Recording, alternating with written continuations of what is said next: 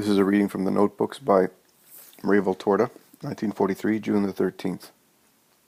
Jesus says, "In order for the Holy Spirit to be able to descend and work freely in a heart, one must cultivate in oneself charity, faithfulness, purity, prayer, and humility.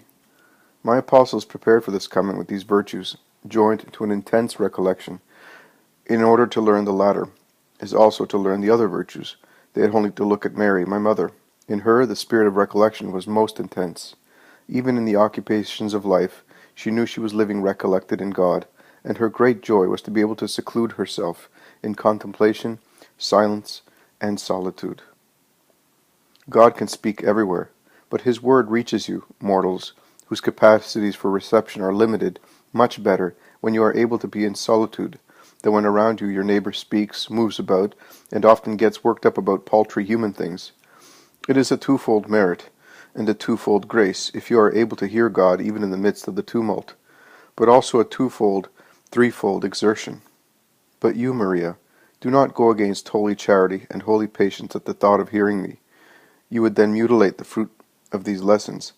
Nothing, not even the thought of hearing my voice, must make you poorly prepared to exercise indulgence and patience with your neighbor. Does it seem that you are losing the thread of my words? Do you grieve because you feel you have forgotten some gem in my discourse?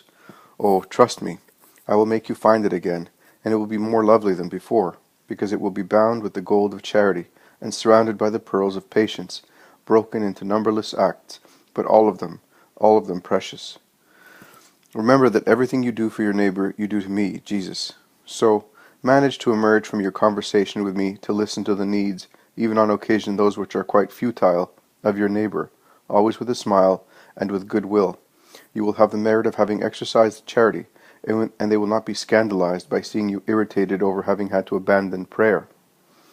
Mary Most Holy was able to come out of meditation, out of prayer, out of sweet conversations with God, without losing her calm, and you can imagine what heights they reached, and occupy herself with her neighbor, without losing sight of God, and without letting her neighbor grasp that she was disturbed.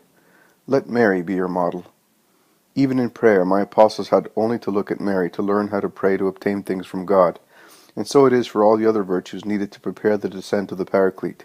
Now, too, the more a spirit is prepared to receive him, the more forcefully the Consoler descends.